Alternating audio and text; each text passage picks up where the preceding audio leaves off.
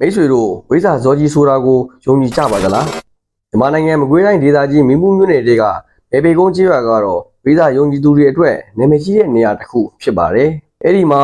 ဝိဇ္ဇာတို့ဂိုင်းညိုဆရာတော်ဦးကောဝိဒဝိဇ္ဇာတို့ဆရာတော်ရှင်ဦးပန္တိတာနဲ့ဝိဇ္ဇာတို့ဆရာတော်ရှင်ဥဒ္ဓမန်ကျော်တို့အပြင်ဘိုးတော်ဘိုးထွန်းအောင်ဆိုတဲ့ဝိဇ္ဇာတွေရှိကြပါတယ်မြန်မာနိုင်ငံမှာလူများစွာမြင်နေမှုတဲ့ဝိဇ္ဇာတို့တွေဖြစ်လို့အဲ့ဒီအချက်ဟာစိတ်ဝင်စားစရာကောင်းသလိုသူတို့နဲ့ပတ်သက်တဲ့မှတ်တမ်းတွေလည်းရှိခဲ့ပါတယ်။စာပေဖော်ပြမှုတွေအရဝိဇ္ဇာတို့ဂိုင်းညိုဆရာတော်ကြီးဦးကောဝိဒက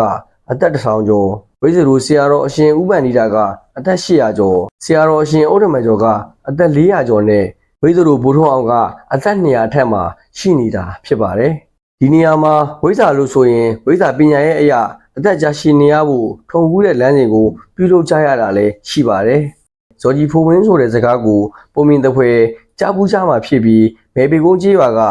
ဝိဇ္ဇာတွေကတော့မီးထုံကူးတာကိုမှတ်တမ်းနဲ့အတူလူပုံလဲမှာလဲလွတ်ပြခဲ့တာဖြစ်ပါတယ်။ဆက်လက်ပြီးဝိဇ္ဇာဆရာတော်ရဲ့အစဉ်အဆက်အသက်ပိုင်းခြားရမီးထုံကူးဖို့ရှိနေသေးတဲ့ဝိဇ္ဇာကတော့ဘိုးတော်ဘိုးထွန်းအောင်လို့ဆိုကြပါတယ်။ဒီနေရာမှာဘိုးတော်ဘိုးထွန်းအောင်အကြောင်းအချင်းချုပ်ပြောရရင်ဘိုးတော်ဘိုးထွန်းအောင်ကိုတက္ကသိုလ်1182ခုနှစ်ကျိုက်လိုက်မြို့မှာမွေးဖွားခဲ့တာဖြစ်ပါတယ်။ငယ်နေမီစိုးထွန်းအောင်ဖြစ်ပြီးသူ့ရဲ့အသက်6နှစ်သားအရွယ်မှာမိဘနှစ်ပါးလုံးကာလဝမ်းရောဂါနဲ့ဆုံးမသွားခဲ့ရပါတယ်။မိဘမဲ့ဖြစ်သွားတဲ့စိုးထွန်းအောင်ကိုအိမ်နီးချင်းမိသားစုများကစောင့်ရှောက်မွေးမြူခဲ့ပါတယ်။အသက်30နှစ်လောက်မှာမြတ်တိုင်းကြီးဆိုတဲ့မျိုးသမီးနဲ့အိမ်အောင်ကြခဲ့ပါတယ်။စိုးထွန်းအောင်ဟာကုံတယ်အလုံးနဲ့အသက်မွေးပြီးအိမ်အောင်ပြုပြီးတစ်နှစ်အကြာမှာတော့မြတ်မြတ်တန်အမိရတဲ့သမီးငယ်လေးတူထွန်းကားခဲ့ပါတယ်။သမီးလေးမြတ်မြတ်တန်တက်၄နှစ်အရွယ်မှာတော့ဇနီးဖြစ်သူကိုဝင်9လခန့်နဲ့လေကလေးအစင်းရုတ်တရက်ပြုတ်ကြကကိုဝင်လည်းပြက်လူလည်းဆုံးမသွားခဲ့ရပါတယ်။နောက်တော့သမီးလေးမြမြတန်းလည်းအသက်19နှစ်မှာယောက်ျားနောက်လည်းသွားခဲ့ပါတယ်။ဒီလိုနဲ့ဇနီးဖြစ်သူဆုံးပြီးသားသမီးကထားခဲ့တဲ့စောထုံးအောင်ဟာတယောက်တည်းအထီးကျန်ဆရာငယ်မှုတွေနဲ့အတူဘဝကိုဖျက်ဆီးနေရပါတယ်။တနေ့မှာတော့ဆရာတော်တစ်ပါးစောထုံးအောင်ထံရောက်လာခဲ့ပါတယ်။ဆရာတော်ကစောထုံးအောင်ဘုတော်ကကင်းဝေးဖို့ဆုံးမစကားမိန့်ပါတယ်။ဒါပေမဲ့စောထုံးအောင်ကဇနီးသားသမီးအပူသောနဲ့စိတ်ရှုပ်နေလို့ဓာတ်နဲ့ကုတ်ဖို့ဆရာတော်ကိုကြိုးစားပါတယ်။ဒါပေမဲ့ဆရာတော်က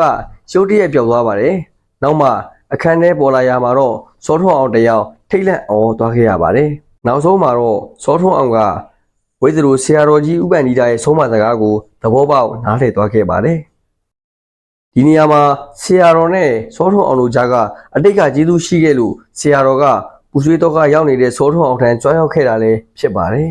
။စောထုံးအောင်ဟာအတိတ်ဘဝကဆရာတော်ဥပန္တိတာရဲ့မျက်စိယောဂကိုကုသပေးခဲ့ပါတယ်။အဲ့ဒီအချိန်ကစောထုံးအောင်အမိကချမ်းဆရာကြီးဦးလူတို့ဖြစ်ပါတယ်။စောထုံးအောင်ကျေးဇူးကြောင့်ဆရာတော်ဥပန္တိတာရဲ့မျက်စိဝေဒနာပျောက်ကင်းပြီးတလုံးဆက်ထိုးနိုင်ခဲ့လို့တိတ်ခိပေါက်ကဝိဇ္ဇာဖြစ်ခဲ့တာဖြစ်ပါတယ်။ဒီလိုဇာကြောင်းနဲ့အတူစောထုံးအောင်ဟာဆရာတော်နဲ့တွေ့ပြီးတလုံးအောင်ကထွက်ရပေါက်ဝိဇ္ဇာဖြစ်ခဲ့ပါတယ်။နောက်ပိုင်းတော့စောထုံးအောင်ကိုဝိဇ္ဇာဂိုင်းညိုဆရာတော်ကြီးဦးကောဝိဒဝိဇ္ဇာဆရာတော်ဥပန္တိတာနဲ့ဝိဇ္ဇာဆရာတော်အရှင်ဥဒ္ဓမန်ကျော်တို့ရဲ့ကပိယပုံစံအဖြစ်ပူးတွဲလျက်တွေ့ရှိရပါတယ်။တပည့်များကလည်းဘိုးတော်ဘိုးထွန်းအောင်လို့ခေါ်ဆိုကြပါတယ်။မေဘေကုန်းကြီးရွာကလည်းဝိဇ္ဇာဆရာတော်ကြီးများကိုယ်တိုင်တတိတကူပြကြွားရောက်တဲ့အောင်တော်မူတဲ့စခန်းကို1954ခုနှစ်မှာစတင်ဖွင့်လှစ်ခဲ့ပါတယ်။စိတ်ဝင်စားဖွယ်ရာတစ်ခုကဝိဇ္ဇာဆရာတော်ကြီးတို့ရဲ့အဆိုအရဘိုးတော်ဘိုးထွန်းအောင်လည်းမီးထုံကူးချိန်ရောက်ရင်ဘေဖေကုန်းအောင်မြေမှာမီးထုံကူးမယ်လို့ဆိုထားပါတယ်။ဒါကြောင့်ဘိုးတော်ဘိုးထွန်းအောင်ရဲ့မီးထုံကူးချိန်ကိုဝိဇ္ဇာယုံကြည်သူတွေနဲ့လေးလာသူတွေအတွက်စိတ်ဝင်စားစောင့်ကြည့်ဝယ်လည်းဖြစ်ပါတယ်။မိတ်ဆွေတို့အနေနဲ့ကောဝိဇ္ဇာတွေတကယ်ရှိတယ်လို့ထင်ပါသလား။မိတ်ဆွေတို့ရဲ့ထင်မြင်ချက်များကို comment မှာမှတ်ချက်လေးရေးသွားနိုင်ပါတယ်။